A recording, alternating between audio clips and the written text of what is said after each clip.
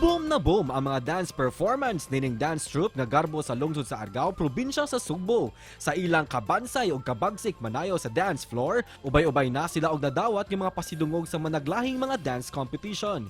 Gani ang ilang grupo nga gitawag na Boom Squad ang mirepresentar sa Sugbo sa usa ka national dance competition.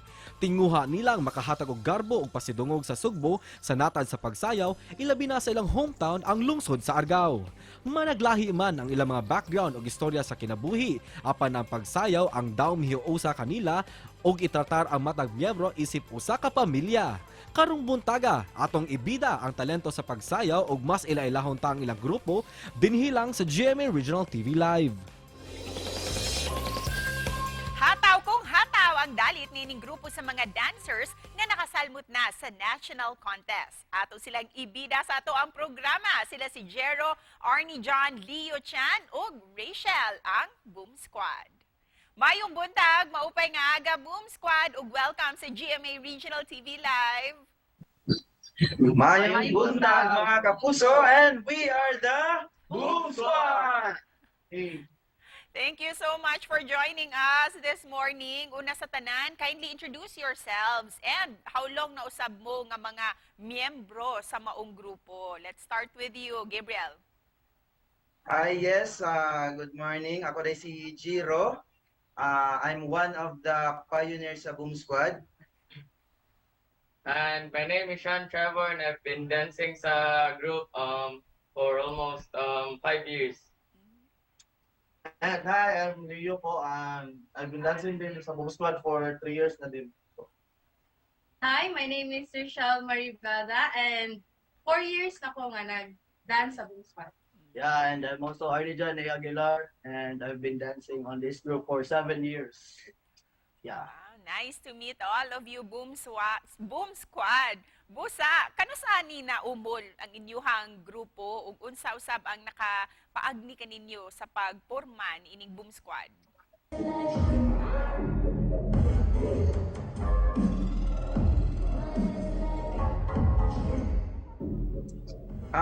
Nagsugod ang Boom Squad sa Cebu Technological University Argao campus way back 2012.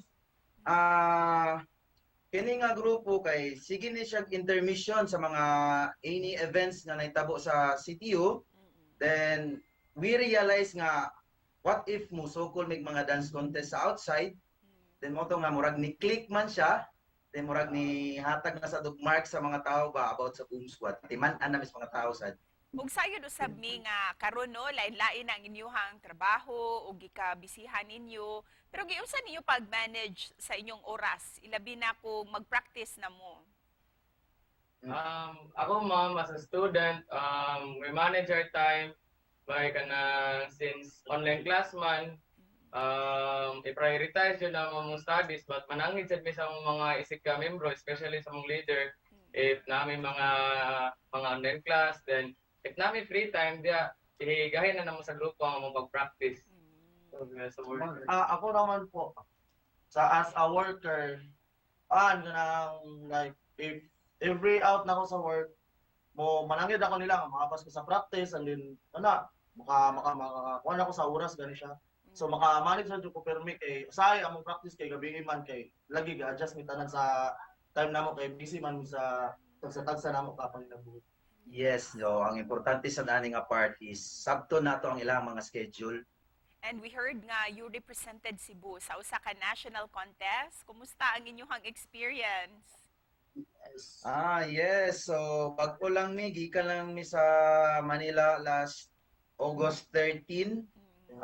Dance Supremacy held at Panghalang Pasigenyo sa Pasig City.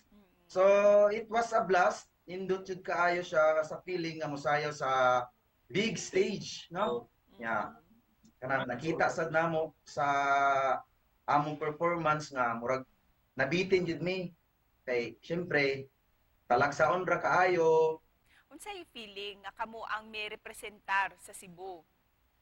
Na anad bang good me nga kadang diri ra mi sa mga barangay nga contest ba. Abot. Dako siya achievement para namin. As a group, unsay maingon ninyo nga most memorable nga contest nga inyuhang naapilan? As a group, ma'am, ang pinaka-memorable nga contest is katong latest lang namo sa Pasig kay we never expected ra ba nga makapatong may ganana nga stage kay for how many years we've been dancing ra kanang diri ra sa locals ra diri ra sa mga barangay. Kining pag-apil ninyo og mga contests, what kind of fulfillment ang makuha ninyo gikan sa pagsayaw? Syempre, as a dancer, passion yun na namo mo sayaw. Mm-mm. Pero, if ever mayroon kang competition, dili lang kay dili sa ito mo ito mga whole Philippines International. Yes, international. Dance Supreme International. Open to all to from Luzon, Visayas, Mindanao. Na-showcase na mo ang amuang talent. Thank you kayo for sharing your stories. Aduna pa ba may mga atangan gikan kaninyo Boom Squad sa mga plano ninyong apilan sa umaabot? So, karon since naka-start noon may appeal og ani ang competition nga dili lang kay diri sa Cebu. If tugutan mi sa Panahon. gaidan mi makakita mi og funds or importante mo yun siya. Naay mo support na mo. We're planning ang balik din mi og compete sa DS Dance Supremacy next year. Ug isip pa na po, unsay mensahe ninyo para sa ato ang mga kapuso viewers nga nakatuto karon?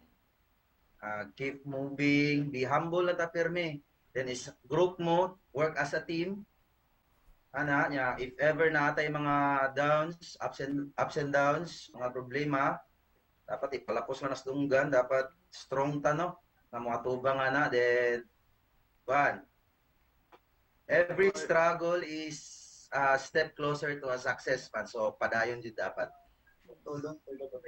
Thank God. Yes, of course ato ang Ginoo no. Ngayo kitag pasalamat niya pirmi tag sa tong puso. Ug thank you kayo kaninyo Boom Squad and Godspeed sa tanan ninyong mga plano. Yes, thank you. Thank you.